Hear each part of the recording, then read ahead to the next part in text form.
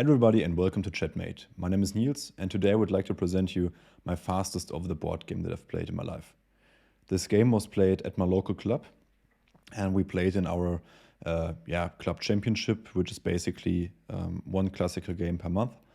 And I played this game against Peter, who has the black pieces. I have the white pieces and let's dive into the game. So I started the game with the move e4. Peter responded with e5, Nf3 and Nf6, and we have the Petrov on the board. And usually I go for the main line with knight takes e4, d6, knight f6, knight takes e4, and d4. I really like these structures and the whole game that usually evolves around this opening. For this game I wanted something else. I wanted to try something new, and I decided to go for a line that I've learned with a Chessable course, which is called Simply E4 or Simple E4. I can link it down below. And the author suggests the move Knight c3. And this move offers black the opportunity to go into a 4-knights game. And Peter does this. So we have the 4-knights game on the board. And I go for the Scotch variation with d4. And we go for the main line with takes and knight takes and bishop b4. So this is all very standard. This is the main line. And in this position, black obviously pins my knight. So this pawn is under some pressure. And there is a good way for white to continue in this game with the move knight takes c6. And usually black goes for b takes c6. And after bishop d3, we have, this is also pretty standard stuff. Black goes for the center with d5. And I knew these structures pretty good, and I still do. And in this game, white is slightly better, but it's not that clear. And the game continues in normal fashion. But in my game, Peter played a move that I've never seen before, and that is bishop takes c3. It's a in-between move, I was kind of surprised to see this move because I didn't really understand it. I didn't really think it was necessary to give away the bishop in this position. But I took the bishop, so we have takes. And since I was new in this position, I thought, this pawn is undefended. The knight is going to take it if I don't do anything. So the most natural move is still bishop d3, and it's also the best move. And I had some thoughts about maybe queen f3, because I knew that in some of these positions the queen always or sometimes goes to f3. Not always, but I thought, why should I activate my queen so early? Just keep it flexible and stay solid. That was my whole approach to this position. And so in this position, probably it's best for black to just castle or do something else. But in this position, Peter played the move h6, and this move really surprised me. And because it doesn't really address my main threat of e5, and I wasn't so sure about this move in the game because I thought that my pawn could get maybe weak. That was my whole fear in this game. That if I play e5, then my pawn could be weak in the following sequence of moves. But let's say after queen e7, I can just castle, and he can't even take the pawn, because then rook e1 comes and he loses the queen. So this is out of the question.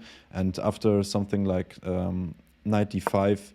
I can just play still rook e1, and I have a really solid position. And after castles, let's say queen h5, I have a nice nice game, a nice active plan for white. These bishops are just amazing. My queen is very active, and he has problems developing because this knight, of course, is really, really restricted in his movement. He can't go to this square because it's controlled by my bishop. This square is out of the question. He can take here, but I guess there's some tactical stuff that I'm missing here. Yeah, you can just take this pawn, and yeah, black can't recapture because then he gets mated, obviously. So yeah, this is also out of the question, and yeah, white has just really, really easy play. But of course, I didn't see this move. Instead of this, I went for the move castles. So I just wanted to stay solid, but I could taken this opportunity, but I didn't. And Peter, I think, saw this this threat now, and he decided to play the move d6.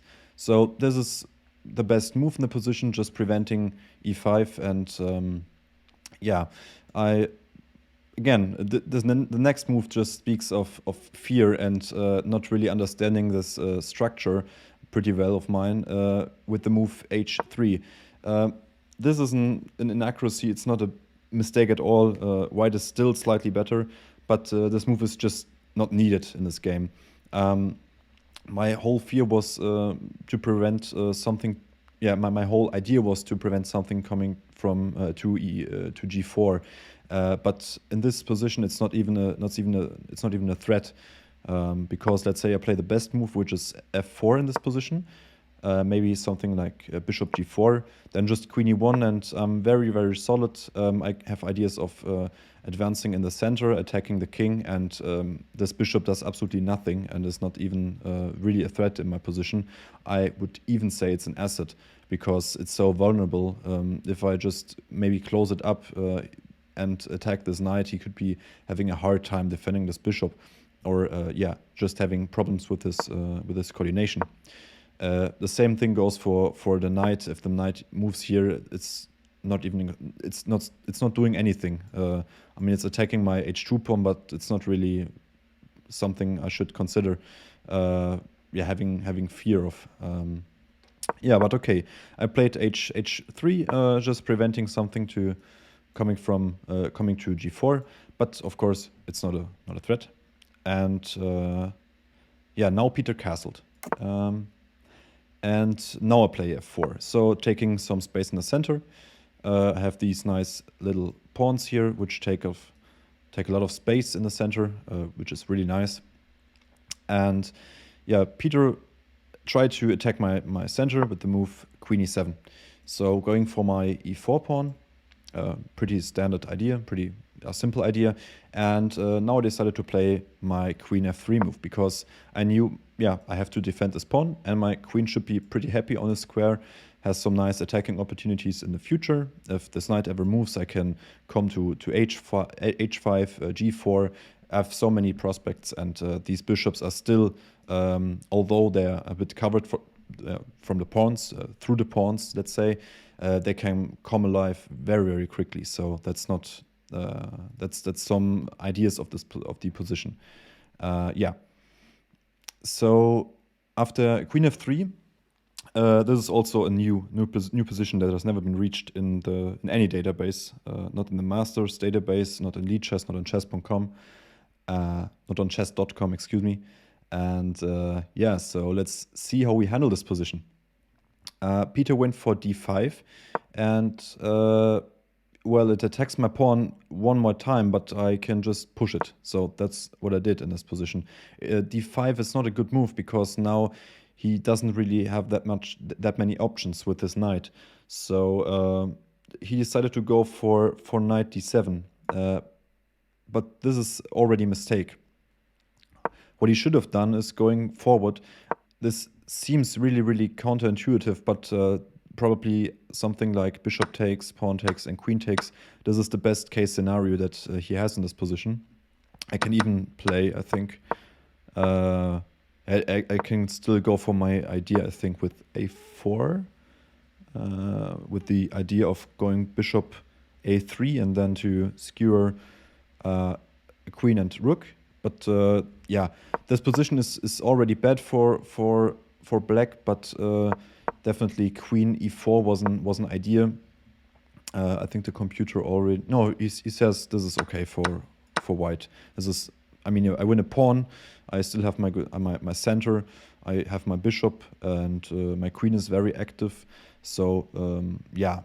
But I understand that he wouldn't want to go for this kind of maneuver. Instead, he went for knight d7. Yeah, but now, like I already mentioned, I go for my idea with a4, because the rook and the queen are on one diagonal, and I just thought this move can't be that bad. I take some space on the flank. I have massive pawns. They're just really good. They take off so many squares, and I have so much space in the center and on the flank now as well. And yeah, this idea is just really nice. It's just threatening to win some material. I just thought this move can't be that bad, and yeah, Stockfish confirms a4 is the best move, so I was really happy to see that after the game. Yeah, in this position, Black is already not that doing well, but probably has to go for rook e7, excuse me, rook e8, and something like bishop a3, and then yeah, move the queen somewhere, maybe to h4. But yeah, this position just visually looks very unpleasant for Black. These bishops are just real monsters. My queen is yeah, pretty active too. I have some ideas of pushing my pawns, not right now because I would lose some of them, but just maybe bring the rooks or go for a5. Yeah, there are many ideas, and the play is pretty much in White's hands. So yeah, this was the best attempt with just moving one of the pieces and yeah, just trying to not lose material. But yeah, Peter didn't go for rook e8. He went for queen c5 with check.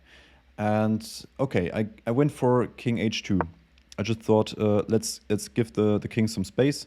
I want him off of the last rank of mine, of the first rank. And yeah, let's see what his idea is.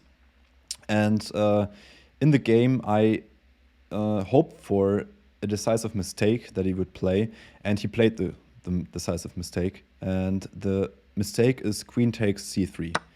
And now the game is just completely over. He also resigned after my next move. And if you want to find the move, you can try to find it. It's a beginner's tactic, an easy tactic, but it's just so nice to play it over the board. Yeah, so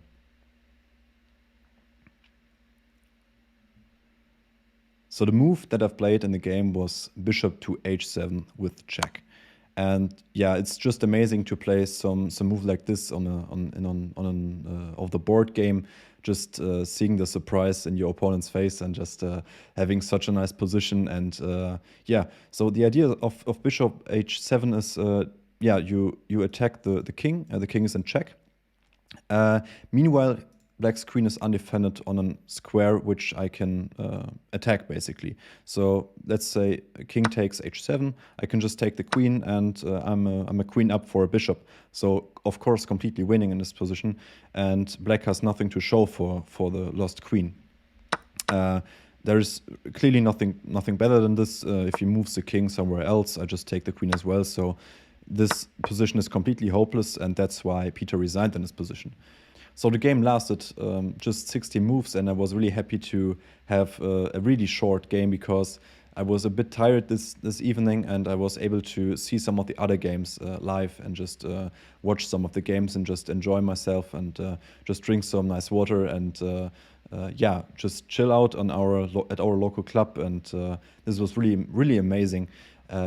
Yeah, so I hope you enjoyed this little video, this little miniature, and I think I will try to play the 4-Knight Scotch in the future as well, because it's such an easy and sound opening that I really enjoy, and I think it's a pretty great opening for beginners. I would consider myself also a beginner, maybe intermediate, but I think it's just so easy to learn, and I can highly yeah, suggest yeah, looking after the E4 course on Chessable. I really like the course. It's not sponsored, but yeah, I think it's a great course, and the author does a well job. I don't know his name. I think he's also German, but I forgot his name. But nevertheless, yeah, I hope you enjoyed the video, and I'll see you in the next one. See you.